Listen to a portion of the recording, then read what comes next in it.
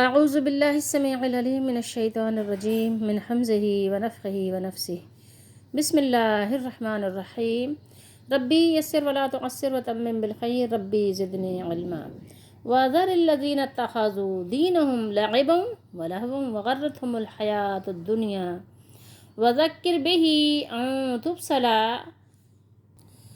نفس بما کسبت لیس لها من دون اللہ ولی ولا شفیع وإن تعدل كل عدل لا يؤخذ منها أولئك الذين أبسلوا بما كسبوا لهم شراب من حميم وعذاب أليم بما كانوا يكفرون قل أندعو من دون الله ما لا ينفعنا ولا يضرنا ونرد على أعقابنا بعد إذ هدانا الله كالذي استحوته الشياطين في الأرض حيران له أصحاب يدعونه إلى الهدى ائتنا قل إن هدى الله هو الهدى وأمرنا لنسلم لرب العالمين وأن أقيموا الصلاة واتقوه وهو الذي إليه تحشرون. یہ 3 آیات ہیں.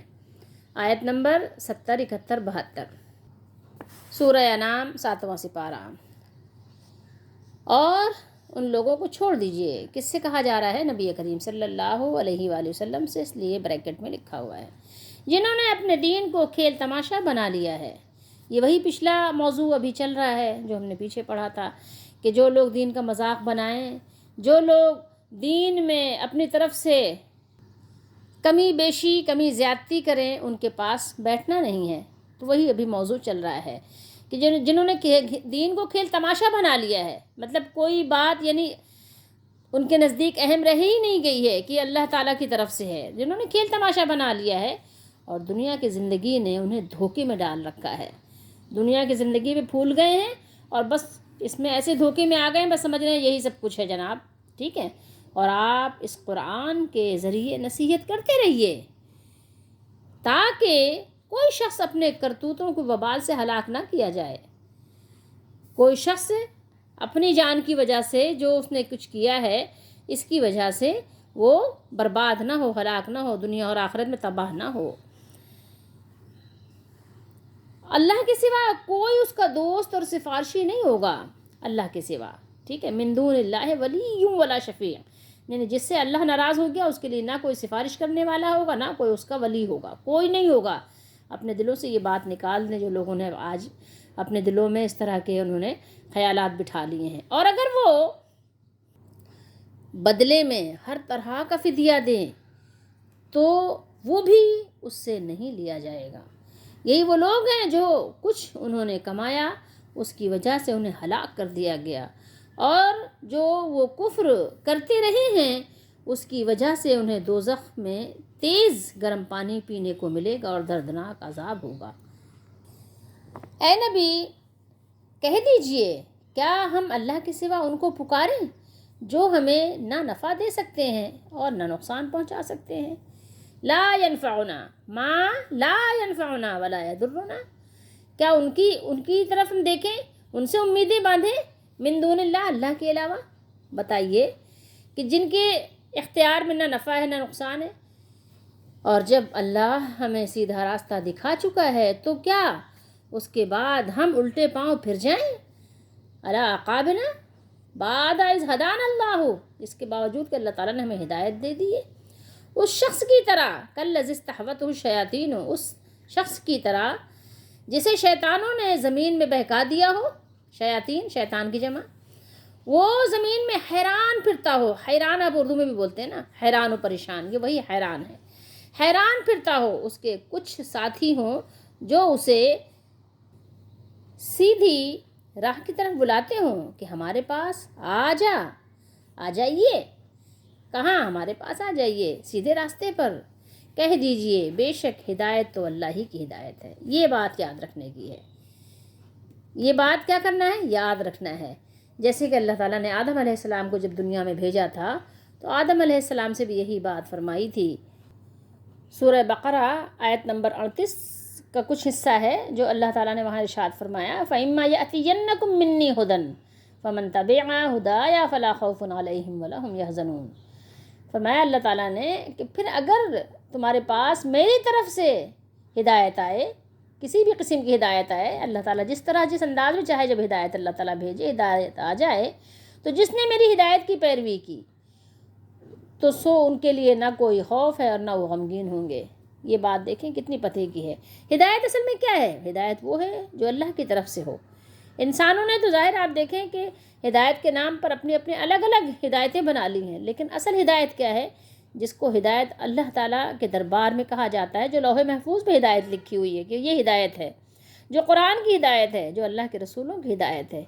کیونکہ اللہ اپنے رسولوں کو ہدایات دیتے ہیں کہ دیکھو یہ طریقہ ہے، یہ طریقہ آپ نے خود بھی اختیار کرنا ہے اور اپنے ماننے والوں کو اور اپنے جو ایمان والے ہیں امتیوں کو بھی اسی کی دعوت دینا ہے۔ بس یہ بات سمجھ لیجئے۔ تو یہاں پر بھی وہی بات ہے کہ ہدایت وہ ہے جو ہدایت اللہ کی طرف سے ہو، ٹھیک ہے؟ قُلْ إِنَّ هُدَى اللَّهِ هُوَ الْهُدَى، بے شک ہدایت تو اللہ ہی کی ہدایت ہے، ٹھیک ہے؟ بندوں کی ہدایت تو بس وہ ان کا اپنا خیال بھی ہو سکتا ہے، قیاس بھی ہو سکتا ہے کہ وہ، اور اللہ تعالیٰ نے جیسے قرآن میں جگہ جگہ فرمایا کہ وہ ان کی خواہشوں کی جو پیروی ہے وہ بھی ہے۔ وہ امرنا لنسلم لرب العالمین، اور ہمیں حکم دیا گیا ہے، وہ امرنا، اور مجھے اور ہمیں اور ہم سب کو اس بات کا حکم دیا گیا ہے، امر دیا گیا ہے کہ ہم سب جہانوں کے رب یعنی پالنے والے کے کیا ہو جائیں؟ فرما بردار ہو جائیں۔ تو دیکھیں یہاں پر بھی آپ کو آیا کہ اسلام اور سلام کے معنی کیا ہیں؟ فرما برداری کے ہیں، ٹھیک ہے؟ فرما برداری، اطاعت کے ہیں، سر جھکانے کے ہیں۔ تو تمام عالمین کا جو رب ہے اس کے فرما بردار ہو جائیں۔ اور یہ کہ نماز قائم کرو، کون سی؟ یہ الف لام جو ہے نا، کبھی انشاءاللہ زندگی صحت رہی تو بتائیں گے کہ ایسی نہیں کہ جو دل چاہا جو نماز پڑھتا ہوا دیکھا، جس نے جو بتا دیا وہ نماز ہے۔ نماز وہ نماز جو اللہ کے نبی صلی اللہ علیہ وسلم نے پڑھ کر سکھایا ہے ہمیں۔ اور یہ کہ نماز قائم کرو اور اس سے ڈرو، کس سے؟ اس اللہ سے، ٹھیک ہے؟ ہوا ضمیر جگہ جگہ ہوتی ہے، وہ اللہ کی طرف ہو رہی ہوتی ہے اکثر۔ وَاتَّقُوهُ، ٹھیک ہے؟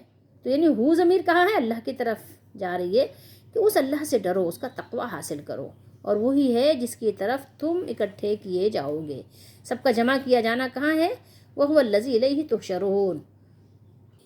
اللہ رب العالمین نے اپنے نبی صلی اللہ تعالیٰ علیہ وآلہ وسلم کو حکم دیا کہ جو لوگ دین اسلام کا مذاق اڑاتے ہیں، جنہوں نے دین اسلام کو یا اپنے دین کو کھیل تماشا بنا رکھا ہے اور دنیا کی زندگی نے ان کو دھوکے میں ڈال رکھا ہے، تو کیا کرنا ہے؟ انہیں چھوڑ دینا ہے، انہیں چھوڑ دیجئے، ان سے کنارہ کشی کریں اور ان کو تھوڑی سی مہلت دے دیں۔ یہ لوگ عنقریب عذاب عظیم میں مبتلا ہونے والے ہیں۔ تو اسی لیے کیا فرمایا؟ وَذَكِّرْ بِهِ، یہاں دیکھیے کیا فرمایا اللہ تعالیٰ نے؟ اس کے ذریعے سے، یعنی ہی ضمیر کہاں ہے؟ قرآن کی طرف ہے۔ اس کے ذریعے سے یعنی قرآن کے ذریعے سے لوگوں کو نصیحت کریں، انہیں اللہ تعالیٰ کی ناراضگی اور اس کے دردناک عذاب سے ڈرائیں۔ لوگوں کو نصیحت کرنا ہے۔ انتم صلا، تاکہ یا یہ کہ کوئی بھی شخص، کوئی بھی فرد اپنے برے اعمال کی سزا میں، ہلاکت میں نہ ڈالا جائے اور آخرت کی رسوائی میں اس طرح سے مبتلا ہو جائے، اس طرح سے پھنس جائے کہ پھر چھوٹنے کی کوئی گنجائش، کوئی صورت باقی نہ رہے۔ کیونکہ اللہ تعالیٰ کے علاوہ، اللہ تعالیٰ کے سوا اللہ کی بارگاہ میں نہ کوئی سفارشی ہوگا اور نہ کوئی ولایت ولی دوستی کرنے والا ہوگا۔ جب جس سے اللہ ناراض ہو جائے گا تو اس سے ہر کوئی ناراض ہو جائے گا، اور جس سے اللہ خوش ہو جائیں گے اس سے ہر کوئی خوش ہو جائے گا۔ جس کی سفارش کے لیے اللہ تعالیٰ پسند کریں گے اس کے لیے تو اللہ کے نبی بھی کھڑے ہو جائیں گے، سوچئے، ٹھیک ہے؟ اور وہ ایسا وقت ہوگا کہ کوئی بھی فدیہ قبول نہیں کیا جائے گا۔ کیوں؟ بات ختم ہو گئی، آپ کو سب کچھ پہلے بتا دیا گیا، خبردار کر دیا گیا، آپ پر بہت بڑا احسان ہوا کہ تو آپ کو دنیا میں وقت آنے سے پہلے آگاہ کر دیا گیا۔ وَإِن تَعْدِلْ كُلَّ عَدْلٍ لَا يُؤْخَذْ، اگر اس دن جس دن اللہ تعالیٰ سب کو جمع فرمائیں گے، جب اللہ کی عدالت لگے گی، جب فیصلہ فرمائیں گے اللہ تعالیٰ، جب حق کا حق اور باطل کا باطل ہونا ثابت کیا جائے گا، اس دن اگر انسان کے اختیار میں ساری زمین کا خزانہ ہو، سارے جہان کا خزانہ ہو، اور وہ سارا خزانہ دے کر اپنی جان چھڑانا چاہے تو پھر اس کو خلاصی نہیں ملے گی۔ یاد رکھیے یہ قانون ہے، اس قانون کو آپ جان بوجھ کر توڑیں گے جب بھی، اور انجانے میں توڑیں گے جب بھی۔ آپ خود سوچئے کہ آپ کے دنیاوی قانون آپ اگر توڑ دیں تو آپ مجرم ٹھہراتے ہیں، ٹھیک ہے کہ آپ مجرم ہیں، آپ عدالت کے کٹہرے میں کھڑے کیے جاتے ہیں نا۔ ایک چھوٹا سا معمولی سا بہت چھوٹا، کیونکہ ظاہر ہے یہ انسان انجانے میں بھی کبھی ایسا کر دیتا ہے، کبھی جلد بازی میں بھی کر دیتا ہے، ایک جو چھوٹا معمولی سا قانون ہے آپ کا، جو آپ کی اور ہماری آسانی ہی کے لیے بنایا گیا ہے۔ ٹریفک کنٹرول، اگر وہاں سگنل آپ توڑ دیں تو کیا ہوتا ہے؟ چالان ہو جاتا ہے نا۔ تو یہ آپ کے فائدے کے لیے ہے، لیکن ابھی کبھی آپ جلدی میں تھے، کسی مریض کو لے کے جا رہے تھے، کوئی اور بھی آپ کی یعنی واقعی معقول ریزن ایسا ممکن ہو سکتا ہے، لیکن پھر بھی کیا ہوتا ہے، بات نہیں مانی جاتی کہ بھائی نہیں، آپ نے جو کیا وہ غلط کیا، آپ کو ویٹ کرنا چاہیے تھا۔ تو اب آپ بتائیے کہ جب دنیا کا قانون آپ نہیں توڑ سکتے، کسی کی سرحد آپ کراس نہیں کر سکتے، فوج کھڑی ہوتی ہے آپ کو پکڑ کے لے جائے گی، تفتیش ہوگی، اب آپ جب چھوٹیں گے تو چھوٹیں گے، لیکن ابھی ایک بہت بڑا مرحلہ آپ کے سامنے پیش آ جائے گا، ٹھیک ہے؟ آپ کا وقت بھی، پیسہ بھی، آپ کے جو ہے نا یعنی حالات بھی، تکلیف دہ مراحل بھی، آپ کو ان سب سے گزرنا پڑے گا۔ یہ دنیاوی قانون ایسے ہیں، انسانوں کے بنائے ہوئے، اپنے جیسے انسان کے ساتھ ایسا سلوک کرتے ہیں، جو احساسات ہمارے ہیں وہ سامنے والے کے بھی ہوتے ہیں، لیکن پھر بھی ہم اس کا خیال نہیں کرتے۔ تو پھر مالک سے آپ کیسے آپ جو ہے مقابلہ کر سکتے ہو؟ مالک کے بنائے ہوئے قانون کا آپ کیوں نہیں پاس کرتے؟ تو پھر وہاں پر آپ کچھ بھی نہیں، آپ یہ نہیں کہہ سکتے کہ نہیں جناب ہمارے ساتھ عدل نہیں ہوا، سب کچھ آپ دینا چاہو گے، لیکن پھر بھی آپ کو خلاصی نہیں ملے گی، آپ کا فدیہ قبول نہیں کیا جائے گا۔ اولئک، یہی وہ لوگ ہیں ابسلوا بما کسبوا لهم شراب من حمیم وعذاب علیم بما كانوا یکفرون۔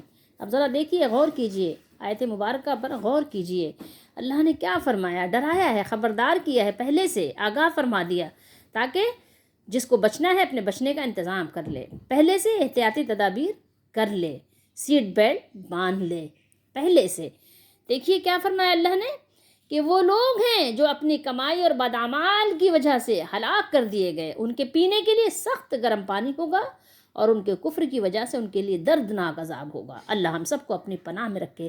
ہم اللہ سے اللہ ہی کی پناہ چاہتے ہیں کہ اللہ تعالیٰ ہم سب کو اپنے عذاب سے بچائے، ہمیں اس راستے پر اس ہدایت پہ چلائے جسے اللہ کی بارگاہ میں ہدایت کہا جاتا ہے، ہدایت والوں میں لکھا جاتا ہے۔ دیکھیے یہاں اللہ نے کیا فرمایا، قل اندعو، ٹھیک ہے، ندا آپ اردو میں بھی کہتے ہیں پکارنے کو، ٹھیک ہے؟ یہاں پکارنا کیا ہے؟ پکارنا عبادت ہے نا، جبھی تو اللہ تعالیٰ پکارنے سے منع فرما رہے ہیں نا۔ پکارنا کیا، جیسے آپ دعائیہ ندائیہ الفاظ پکارتے ہیں نا، دعا یدعو بھی ہے اور ندا بھی ہے، اندعو، ٹھیک ہے؟ اندعو یہاں پر کیا ہے، جمع کا صیغہ ہے، حمزہ کیا ہے، استفہام ہے، حمزہ استفہام کے لیے سوال کیا جا رہا ہے، سوال کیا، کیا ہم، آپ کہہ دیجئے، قل سے کس سے خطاب ہے، نبی کریم صلی اللہ علیہ وسلم سے ہے، اور فرمایا کہہ دیجئے کیا ہم اللہ کے سوا ان کو پکاریں جو ہمیں نہ نفع دے سکتے ہیں اور نہ نقصان پہنچا سکتے ہیں، ٹھیک ہے؟ سوال ہے یہ آپ یاد رکھیے کہ سوال کیا گیا ہے کہ کیا مطلب یہ بات یہ مناسب عقل کے لائق ہو سکتی ہے؟ کوئی عقل والا ایسا سوچ سکتا ہے؟ آپ بتائیں، اگر آپ کو مشکل میں آپ پھنسے ہوئے ہوں، آپ کو کوئی پریشانی ہو، آپ کے پاس بکری ہو، بھیڑیں ہوں، مرغیاں ہوں، آپ ان کو بلائیں گے کہ چلو جناب مجھے نا پیراسیٹامول لا کے دے دو، اور مجھے جو ہے پیناڈول دے دو، مجھے گلاس پانی دے دو؟ کسی بھینس سے آپ کہیں گے؟ اگر کوئی بھینس سے کہہ رہا ہے، کوئی بکری سے کہہ رہا ہے بکری ایک گلاس پانی لے آؤ، تو آپ اس کو کیا کہیں گے؟ بھائی یہ عقل سے پیدل ہے، ٹھیک ہے، اس کی عقل گھٹنوں میں چلی گئی ہے، یا آپ ظاہر ہے آپ اس کو ایب نارمل کہیں گے کہ نارمل بندہ تو نہیں ہے، کوئی نارمل انسان تو یہ بات نہیں کہے گا نا کہ بکری ایک گلاس پانی لے آؤ، بھینس ایک گلاس پانی لے آؤ، کوئی بھی نہیں کہے گا۔ تو اب آپ سوچئے، یعنی ایک سوال ہے کہ اگر تو آپ مشکل میں پھنسے ہوئے ہیں تو کیا گائے بکری بیل بھینس کو پکاریں گے؟ نہیں پکاریں گے، کبھی بھی نہیں پکاریں گے، کوئی بھی عقل والا ذی شعور نہیں پکارے گا۔ اور اگر آپ کو ترجمے میں شک ہو، ظاہر عربی نہیں سمجھ آ رہی ہے، ترجمے میں شک ہو، تو میں آپ کو یہ ترجمہ دکھا دیتی ہوں احمد رضا کا، ٹھیک ہے، کنز ایمان دکھا دیتی ہوں۔ دیکھیے احمد رضا کا ترجمہ دیکھ لیجیے، تم فرماؤ کیا ہم اللہ کے سوا اس کو پوجیں؟ اب چلے آپ پوجنا ہی کر لیں نا، ہے پکارنا اصل میں، انا دعو، کیا ہم اس کو آواز دیں، اس کو پکاریں، اس کے ندا کریں؟ دعا چونکہ عبادت ہے تو اس لیے آپ چونکہ پوجنا بھی کہہ سکتے ہیں۔ جو ہمارا نہ بھلا کرے نہ برا۔ آپ نے دیکھ لیا کہ ان کا ترجمہ بھی یہی ہے کہ کیا ہم ایسے کو پوجیں جو ہمارا نہ بھلا کرے نہ برا، یعنی کوئی اختیار نہیں رکھتا بھلا برا کرنے کا نا، جبھی تو ترجمہ کیا ہے نا۔ کیا ہے ترجمہ؟ ما لا ینفعنا نفع، اردو میں بھی آپ بولتے ہیں نا، یا تو ظاہر ہے مضارع کی علامت کی ہے نا، نفع نقصان آپ اردو میں بولتے ہیں نا، کہ جو ہمارے لیے نہ نفع کا مالک ہو نہ نقصان کا، کیا ہم اس کو پکاریں، اس کو آواز لگائیں، اس کو آواز لگائیں، بتائیں یا غوث المدد یا شیخ عبد القادر جیلانی المدد، ہم پکاریں اس کو، کیسے کیوں پکاریں؟ کسی دیوی کو، کسی دیوتا کو کیوں پکاریں؟ کسی قبر والے کو، کسی مندر والے کو کیوں پکاریں جب ان کو ہمارے پکار کی خبر ہی نہیں ہے؟ تو بتائیے، دیکھیں یہاں بھی وہی ترجمہ ہے، میں نے کہا دکھا دوں تاکہ آپ کو یقین کامل ہو جائے۔ تو بات یہ ہو رہی ہے کہ آپ ان لوگوں سے کہہ دیجئے کہ کیا ہم توحید کی سیدھی سڑک چھوڑ کر پھر شرک میں مبتلا ہو جائیں اور اللہ کے سوا ایسے لوگوں کو آواز لگائیں، ایسے لوگوں کو پکاریں، ایسے لوگوں کے سامنے سر جھکائیں جو ہمیں نہ کچھ بھی فائدہ دے سکتے ہوں، نہ ہمارا کچھ بھلا کر سکتے ہوں، نہ ہمارا کچھ برا کر سکتے ہوں؟ سوچو کتنی یعنی عجیب بات ہے، کتنی یعنی ایک الٹی بات ہے کہ اگر ایسی بات اگر ہم کریں تو بتائیے ذرا کہ یہ تو ایک شیطانی طریقہ ہو سکتا ہے، اور ظاہر ہے کوئی عقل و ذی شعور تو ایسا نہیں سوچ سکتا۔ اور اگر ہم اللہ کے سوا کسی اور سے امیدیں لگانے لگ جائیں، اگر ہم ایسا کریں تو ہماری مثال اس شخص کی طرح ہوگی جو اپنے ساتھیوں کے ساتھ کسی صحرا سے گزر رہا ہو اور شیطانوں کے نرغے میں آ جائے، یا کچھ لوگوں کے ساتھ سفر پر نکلا منزل پہ پہنچنے کے لیے۔ یہ مثال ان لوگوں کی ہے جو ایمان لانے کے بعد کفر اختیار کر لیتے ہیں، شرک میں مبتلا ہو جاتے ہیں، اللہ کو چھوڑ کے اللہ کے بندوں سے امیدیں لگانے لگ جاتے ہیں۔ یہ ان لوگوں کو مثال دی جا رہی ہے۔ تو وہ راستے میں سفر کے لیے نکلا مگر راستہ بھول گیا۔ بھول بھلیا میں اگر آپ راستہ بھول جائیں تو کیا حشر ہوتا ہے، اور یا جنگل میں راستہ بھول جائیں یا صحرا میں راستہ بھول جائیں، شیطانوں نے اسے حیران و سرگرداں کر دیا اور زمین میں بہکا دیا۔ اب وہ کیا ہوا؟ راستہ بھول گیا، کدھر جانا ہے، جبکہ اس کے ساتھی بدستور راستے پہ چل رہے ہیں، سیدھے راستے پہ ہدایت والے جا رہے ہیں، مگر اس نے ان کے پاس جانے سے انکار کر دیا۔ تو یہ ہے مثال اس شخص کی جو نبی کریم صلی اللہ علیہ وآلہ وسلم کو پہچاننے کے بعد شیطانوں کی روش اختیار کر لی۔ ٹھیک ہے، تو وہ پھر کیا ہوا؟ پھر شیطان اسے کیا ہے، سیدھے راستے کی طرف سے لے جائے گا، سیدھے راستے کی طرف سے اس کو اچک لے جائے گا۔ اور سیدھا راستہ کیا ہے؟ اسلام ہے۔ سیدھا راستہ اسلام کا راستہ ہے۔ اگر یہ آیت سمجھنے میں دشواری ہو نا تو آپ ایسا کریں، کبھی بھٹکے ہوئے لوگوں سے، کبھی مزاروں پہ جانے والوں سے بحث کر کے دیکھیں، پھر آپ کو پتہ چلے گا کہ پھر وہ کس طرح سے آپ کو پریشان کرتے ہیں، آپ کو کس کس انداز سے گالیاں دیتے ہیں، کس کس انداز سے آپ کو برا بھلا اور بددعائیہ کلمات سے نوازتے ہیں، حالانکہ آپ ان کو ہدایت کی طرف، قرآن کی طرف، سنت کی طرف بلا رہے ہوتے ہیں، لیکن وہ آپ کو کیا کہتے ہیں؟ گستاخ۔ اور اللہ ہی جانے کہ وہ کیا کیا کس کس انداز سے آپ کو برا بھلا کہنے کی کوشش کرتے ہیں، اور حیران و پریشان ہوتے ہیں کیونکہ ان کو شیطان نے حیران و پریشان کر دیا ہوتا ہے۔ ٹھیک ہے، اور ساتھی اسے پکار رہے ہوں کہ ہماری طرف آ جاؤ، سیدھی راہ ادھر ہے، لیکن وہ شیطانوں کے چکر میں ایسا پھنس گیا ہے کہ نہ وہ ساتھیوں کی پکار کا جواب دیتا ہے اور نہ ان کی طرف جاتا ہے۔ ٹھیک ہے، صرف اس کو آواز آتی ہے لیکن اس آواز پر وہ کوئی توجہ نہیں دیتا، کہتا ہے نہیں نہیں یہ گمراہ لوگوں کی آواز ہے، دیکھو یہیں سے ہم کو راستہ مل جائے گا۔ جو راستہ اس کو شیطان دکھا رہا ہے، کہہ رہا ہے بس یہی راستہ ہے اور یہیں سے ہم کو راستہ ملنے والا ہے، یہیں سے میں ڈائریکٹ بس جنت میں جمپ لگاؤں گا۔ لیکن یاد رکھنے کی چیز یہ ہے کہ کفر و شرک اختیار کرنے کے بعد پھر وہ ایسے بھٹک گئے ہیں اور ایسے بھٹکے ہوئے راہی کی طرح ہیں کہ اب ہدایت کی طرف وہ نہیں آ سکتے۔ ہاں، اگر اللہ تعالیٰ نے اس کے لیے کوئی راستہ ہدایت کا رکھا ہے، کوئی مقدر اس میں ہے اس کے، تو پھر ظاہر اللہ کی توفیق کو کوئی بھی نہیں روک سکتا، یقیناً کوئی نہ کوئی راستہ اس کے لیے نکل ہی آئے گا، اور پھر وہ ایک دن آئے گا کہ اپنے مالک کے سامنے سر تسلیم خم کر دیں گے۔ اصحاب یدعونہ، اس کے اصحاب، اس کے ساتھی اس کو بلا رہے ہیں، ہدایت الی الہدا، وہ ہدایت کی طرف، ٹھیک ہے، کہ ادھر آؤ، ہداتنا، ادھر آؤ. کالذی استحوتہ، اس کو بھی دیکھ لینا بہت ضروری ہے. کیا ہے، کیا مطلب ہے اس کا؟ جیسے کسی کو جنات نے جنگل میں بہکا دیا ہو. شیاطین سے یہاں مراد کیا ہے؟ جنات، وہ جنگل کی چڑیلیں، بھوت ہیں، جیسے آپ جانتے ہیں نا چڑیلوں اور بھوت پریت کے نام سے، جو مسافر کو اس کے اور اس کے آبا و اجداد، بابا دادا کے نام سے آواز دیتے ہیں، تو یہ سمجھتا ہے کہ یہ راہ راست پر ہے. مگر ہوتا یہ ہے کہ جنات اسے تباہی کے گڑھے میں گرا دیتے یا اسے کھا جاتے ہیں اور اسے اٹھا کر کسی بے آب و گیاہ جگہ میں پھینک دیتے ہیں، جہاں نہ پانی ہو نہ کھانا ہو، کہ تڑپ تڑپ کر مر جائے، جہاں صرف کچھ اور نہیں اگر عذاب ہو تو بھوک پیاس ہی کی وجہ سے انسان مر جاتا ہے. تو یہ ہے مثال اس شخص کی جو ان لوگوں کو آواز لگاتا ہے یا ان کی آواز پر لبیک کہتا ہے جن کی اللہ کے سوا پوجا کی جاتی ہے یا پوجا کی جا رہی ہے، جن کے درگاہ دربار بنے ہوئے ہیں، لوگ وہاں جا رہے ہیں. اللہ کا در چھوڑ کے کہاں جا رہے ہیں آج لوگ؟ تو وہی حال ہے. ٹھیک ہے، تو یہ بھوت پریتوں نے، یہ سب بھوت پریت ہی تو ہیں جو آپ کو اللہ کے در سے اٹھا کر اللہ کے بندوں کے، اللہ کے فقیروں کا فقیر بنا رہے ہیں. انہی آیات کی روشنی میں بڑے خوبصورت سے مقولے بھی ہیں، واقعات بھی ہیں، لیکن ظاہر ہے آیات ہی پڑھتے میں اتنا ٹائم ہو جاتا ہے کہ پھر وہ وقت اجازت نہیں دیتا، ورنہ آپ کو سنائیں، آپ اش کریں کہ لوگوں نے اس کو کس طرح سمجھا بھی ہے، سمجھنے والوں نے. اللہ تعالی ہم سب کو بھی قرآن کی سمجھ دے اور ہمیں بھی ہر شیطانی راستے سے بچائے، ہمیں بھی اللہ تعالیٰ اس ہدایت پہ چلائے جو اللہ کی بارگاہ میں جسے ہدایت کہا جاتا ہے.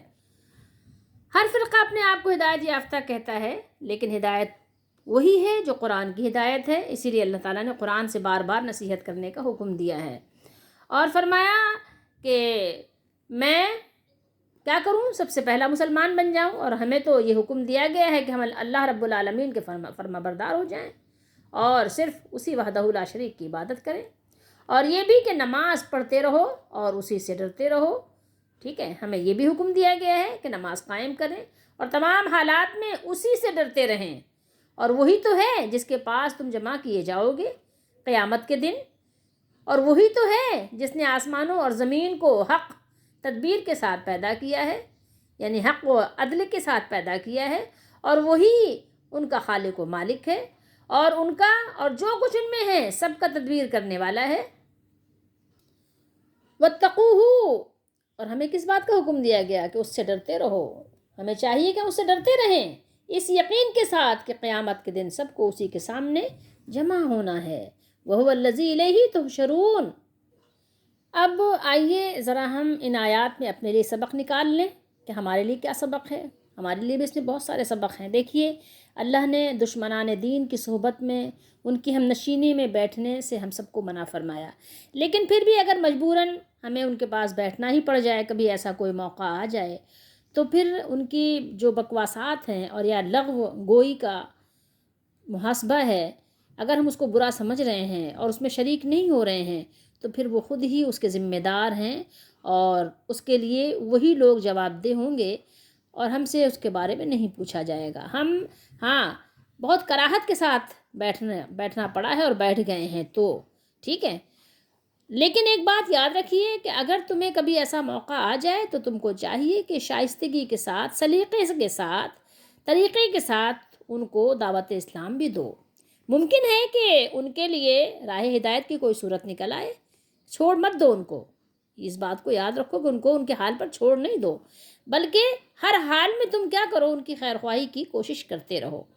لیکن وہ بدنصیب لوگ جنہوں نے دین کو کھیل اور دل لگی بنا لیا ہے، آج آپ کو ایسے بہت لوگ ملیں گے، ان کے اندر سنجیدگی نہیں ہے، دین کے بارے میں سنجیدگی نہیں ہے، دنیا کے بارے میں اتنے سنجیدہ ہیں کہ چھوٹے سے بچے کو اسکول بھیج دیتے ہیں آرام سے، 5 گھنٹے 6 گھنٹے ڈیلی بیسس پہ اس کا ٹائم جو ہے کس میں لگاتے ہیں؟ دنیا کے لیے لگاتے ہیں نا، کسی امید پر کہ ظاہر ہے دنیا اچھی ہو جائے، زیادہ مال کمانے والا میرا بچہ بن جائے. 20 سال تک اتنی محنت کرتے ہیں نا. اسی طریقے سے پھر 60 سال تک ایک کسی جگہ پر بیٹھ کر کام کرتے ہیں یا بہرحال سیٹیں بدلتے رہتے ہیں، لیکن کیا کرتے ہیں؟ سنجیدگی اور متانت سے کام لیتے ہیں، کرتے ہیں نا، کیونکہ اس پر یقین ہے ہمارا۔ آپ ذرا اس بات کو سمجھنے کی کوشش کیجئے۔ لیکن دین کی بات آتی ہے تو وہاں پہ دل لگی کرتے ہیں، سنجیدگی سے، متانت سے اسے سمجھنے کی کوشش نہیں کرتے، طلب حق کا شوق ہی دل میں نہیں رکھتے، اس لیے کہ یقین بہت کمزور ہے۔ بلکہ کیا کرتے ہیں، بسا اوقات آپ دیکھیں گے ایسی مجالس میں کہ مذاق اڑاتے ہیں، ٹھیک ہے، الٹا مذاق کرتے ہیں، کبھی جنت کا مذاق، کبھی قبر کا مذاق، کبھی دوزخ کا مذاق، کبھی اسلام کا مذاق، کبھی مسلمانوں کا مذاق، کبھی صحابہ کا مذاق، نعوذ باللہ استغفر اللہ، انتہائی نہیں رہ گئی۔ چھوڑ دیجئے ان کو اپنے حال پر رہنے دو۔ زندگی کی عیش و عشرت اور ساز و سامان نے ان کو کیا کیا ہے، دھوکے میں ڈال دیا ہے، انہیں بدمست کر دیا ہے، ان کو مدہوش کر دیا ہے۔ ان سے اب یہ توقع بہت ہی مشکل ہے کہ یہ دعوت اسلام کو قبول کریں، صحیح راستے کو قبول کریں، سیدھے راستے کو قبول کریں۔ انہوں نے اپنے خواہشوں کو اپنا الہ بنا لیا ہے، جو اچھا لگ رہا ہے وہ کر رہے ہیں، عرس میں باقاعدگی سے جاتے ہیں، عرس کے لیے باقاعدگی سے نذرانے دیتے ہیں، پیر صاحب کو نذرانے دیتے ہیں، اللہ کی راہ میں نہیں دیتے، نماز نہیں پڑھتے، قرآن نہیں پڑھتے، کہتے ہیں کہ یہ پیروں کی محبت جو ہے نا اللہ کی محبت ہے۔ کس نے بتایا؟ پتہ کوئی نہیں ہے۔ آپ سوچئے تھوڑی دیر کے لیے، ان لوگوں کو سمجھانا دیواروں سے ٹکرے مارنے کی طرح ہوتا ہے، لیکن اس کا یہ مطلب نہیں کہ انہیں سمجھانا اور نصیحت کرنا چھوڑ دیں، ترک کر دیں، نہیں، بلکہ انہیں قرآن حکیم کی آیات پڑھ پڑھ کر سنائیے، احادیث مبارکہ سنائیے، سنت راستہ بتائیے، صحابہ کا فہم بتائیے، نیک لوگوں کا طریقہ بتائیے، شاید عذاب الہی سے بچنے کی کوئی صورت نکل آئے۔ اور جس نے چشم و ہوش نہ کھولی اور باطل کی حمایت میں سرگرم رہا تو قیامت کے دن اس کی نجات کی کوئی صورت، کوئی شکل نہیں ہوگی۔ یاد رکھو، بتا دیا گیا پہلے سے۔ آج قرآن سننے کا وقت نہیں ہے، ٹائم نہیں ہے، کل مرنے کے بعد ہوش آئے گا تو کہو کہ کاش دنیا میں واپس چلے جائیں، ایک دفعہ قرآن پڑھ کے آ جائیں، ٹھیک ہے، سوچو۔ لیکن اگر اللہ ناراض ہو گیا تو اب کوئی آپ کا وہاں دوست نہیں ہوگا، کوئی آپ کا حمایتی نہیں ہوگا، کوئی آپ کا سفارشی نہیں ہوگا جو زبردستی آپ کو اللہ تعالیٰ کی گرفت سے بچا لے، کوئی بھی نہیں ہوگا۔ جس سے اللہ ناراض ہو گیا بس ہو گیا ناراض۔ اب قیامت کے دن اگر آپ مر گئے برے حال میں، اب کوئی فدیہ قبول نہیں کیا جائے گا، یاد رکھو، یاد رکھیے۔ اللہ تعالیٰ نے کیا فرمایا ہے، ابسلو، ابسال کسے کہتے ہیں؟ کوئی اپنے آپ کو ہلاکت کے حوالے کر دے، اپنے آپ کو ہلاکت کے حوالے کر دینے کو ابسال کہتے ہیں۔ کفار پہلے کے ہوں یا آج کے، وہ اس بات میں بہت زیادہ صد و مد کے ساتھ کوشش کرتے ہیں کہ مسلمان اسلام کو چھوڑ کر یا صحیح طریقے کو چھوڑ کر یا قرآن و سنت کو چھوڑ کر اپنے بابا دادا کا مذہب پھر سے اختیار کر لیں، پھر سے جو ہے واپس آ جائیں۔ یہ ان کی بڑی کوشش ہوتی ہے۔ اللہ تعالیٰ نے اپنے محبوب کریم کے ذریعے سے ہم کو حکم دیا کہ آپ ان کو بتا دیجئے کہ یہ خیال خام اپنے دل سے نکال دیں۔ کیا یہ ممکن ہے کہ اللہ تعالیٰ نے اگر ہم کو شاہ راہ ہدایت دے دی ہے، ہم نے پا لیا ہے، تو کیا اس کے بعد جب اللہ تعالیٰ نے ہم کو نور کے راستے پہ چلا دیا ہے، ہاں، جہاں پر نور ہی نور ہے، روشنی ہی روشنی ہے، ہم پھر سے شرک و کفر و فسق و فجور کے بھیانک اندھیروں کی طرف لوٹ جائیں؟ اب ممکن نہیں، ہرگز نہیں۔ جس کو اللہ نے یہ سمجھ دے دی اب وہ نہیں لوٹے گا۔ لیکن اگر ہم ایسا کریں تو پھر ہماری حالت اس شخص سے مختلف نہیں ہوگی جو اپنی منزل مقصود کی طرف ایسے ساتھیوں کی رفاقت ساتھ یعنی اختیار کر لے، اس پہ چلا جائے، ان کے راستے پہ چلا جائے جو راستے کے پیچ و خم اور نشیب و فراز سے اچھی طرح واقف ہی نہ ہو۔ سوچو ذرا تھوڑی دیر، ایسے کو راستے پہ کیوں جا رہے جن کو قرآن ہی نہیں پتہ، جن کو سنت ہی نہیں پتہ، ٹھیک ہے؟ ایسوں کو پھر کیا ہوگا؟ راستوں میں شیطان تو ملیں گے، شیطان راستہ بہکائیں گے، شیطان آپ کو جو ہے راستہ سے بے راستہ کر دیں گے۔ ایسے دیکھو، ہوشیار رہو، اس لیے قرآن سیکھو، قرآن کو وقت دو، سنت کو سیکھو، صحابہ کے فہم کو سیکھو، ورنہ شیطان بہکا دے گا، ٹھیک ہے؟ تو اس کا خیال رکھو، بہت زیادہ اس کا خیال رکھو۔ نہیں رکھو گے تو دیکھو منزل جو ہے بہت کٹھن ہے، اتنی آسان بھی نہیں جتنی تم نے سمجھ رکھی ہے۔ تم نے سمجھا ہے کہ بس لا الہ الا اللہ کہا جنت میں جو ہے بس کود پڑے، جنت پہ چلے گئے، جنت کا سرٹیفکیٹ مل گیا، ایسا نہیں ہے۔ اگر ایسا ہوتا تو دیکھیے اتنا بڑا قرآن کیوں آیا ہے؟ نبی کریم صلی اللہ علیہ وسلم کی 23 سالہ تکلیف سے بھرپور اور محنت سے بھرپور اور آپ صلی اللہ تعالیٰ علیہ وآلہ وسلم کے تبلیغ سے بھرپور زندگی کا جو اسوہ ہمیں ملتا ہے، پھر نہ ملتا نا، پھر کیا ضرورت تھی کہ صرف لا الہ الا اللہ، تو صرف اسی کی دعوت ہوتی ہے، بس لا الہ الا اللہ کہہ لو بس سارے کام ختم ہیں. ایسا تھوڑی ہے. کوئی مذاق سمجھ رکھا ہے، اپنے دین کو مذاق سمجھ رکھا ہے. یہی تو بتا رہا ہے قرآن کہ دین کو تم نے کھیل تماشا بنا لیا ہے. ایسا تھوڑی ہے. یہ شیطانی وسوسے نکالو. یہ تو ان لوگوں کے لیے ہے جو بیچارے غفلت میں 70 سال گزار چکے. اب ان کو خیال آیا کہ بھائی حق کی تلاش تو کی نہیں، اب وہ اگر صرف لا الہ الا اللہ پڑھ لیں گے تو ان کے لیے کافی ہے. لیکن کیا آپ جان بوجھ کر پوری زندگی ایسے ہی آپ گزارتے رہو؟ آپ کا کیا خیال ہے؟ اور اسی پہ مر جاؤ تائب ہوئے بغیر؟ آپ کا کیا خیال ہے؟ آپ نے دین کو مذاق بنا رکھا ہے. ہمیں یہاں پر ہوشیار کیا گیا کہ دیکھو شیطان کی باتوں میں نہ آنا، ورنہ شیطان تو لے جائے گا. شیطان نے تو ظاہر اللہ سے وعدہ کیا ہوا ہے، وہ تو ہے دشمن، ازلی دشمن ہے ہمارا. ہمارے بابا آدم علیہ السلام کا بھی دشمن تھا، ان کی اولاد کا بھی دشمن ہے. اس نے تو کہا ہے میں ان کو پیس کر رکھ دوں گا، میں ان کو خاک میں ملا دوں گا، میں ان کی مٹی پلید کر دوں گا. تو اس نے کہا چلو ٹھیک ہے، انہوں نے اگر اپنا نام لالو پرساد نہیں رکھا، عبداللہ رکھا ہے، تو کیا فرق پڑتا ہے. میں لالو پرساد کو مندر لے کے جاتا ہوں، میں عبداللہ کو وہاں لے جاؤں گا مزار پر، مزار کے نام پر کہ قبرستان جانا جائز ہے تو میں ان کو مزار پر لے جاؤں گا، اور مزار اور قبر کا کوئی فرق ہی نہیں رکھوں گا. اور ان کے اعمال، ان کی جو نفسانی خواہشات ہیں بہت خوبصورت بنا دوں گا، ان کی نگاہوں میں مزین و آراستہ ڈیکوریٹ کر دوں گا. وہ اس پر فریفتہ ہو جائیں گے، حق کا دامن چھوڑ دیں گے، باطل کی مزاروں کی پیروی کرنے لگیں گے. تو شیطان تو یہی چاہتا ہے. تو کیا آپ شیطان کی باتوں میں آ جاؤ گے؟ شیطان کی باتوں میں آ کر آپ مگن ہو جاؤ گے؟ بھول جاؤ گے قرآن کے جو احکامات ہیں، اور قرآن کی جو تعلیمات ہیں، صحابہ کے جو اعمال ہیں، رسول اللہ صلی اللہ علیہ وسلم کی جو آپ صلی اللہ تعالیٰ علیہ وآلہ وسلم کی سنتیں ہیں، کیا ان کو بھول جاؤ گے؟ اور آپ شک اور گمان اور اپنی خواہش کے بھور میں کود پڑو گے؟ نہیں، ایسا نہیں کرنا. اگر ایسا کرو گے تو تباہ و برباد ہو جاؤ گے. دیکھو تمہاری خواہشیں ہدایت نہیں ہیں، ہدایت وہ ہے جو اللہ نے بھیجی ہے. اللہ نے قرآن کو ہدایت کی صورت میں بھیجا. اس سے پہلے بھی اللہ تعالیٰ کی طرف سے ہدایات آتی رہیں، انبیاء آتے رہے، رسول آتے رہے، کتابیں آتی رہیں، صحیفے آتے رہے. لیکن قرآن آ کر قرآن نے ہمیں مکمل زندگی کا دستور دیا ہے. اس لیے اب قرآن سے وابستہ ہو جاؤ. اللہ تعالیٰ ہم سب کو سمجھنے کی توفیق دے. اگر آپ غور کریں تو آپ کو اندازہ ہوگا کہ قرآن مستقل توحید بیان کر رہا ہے، مستقل اللہ کا حکم. اللہ کی مانو، بس ایک اللہ کی مانو، ایک اللہ ہی ہے جو تمہیں نفع دے گا، ایک اللہ ہی ہے جو تمہیں نقصان دے گا، اسی سے اپنا رشتہ مضبوط کرو. مستقل قرآن آپ کو اسی بات کی نصیحت کر رہا ہے.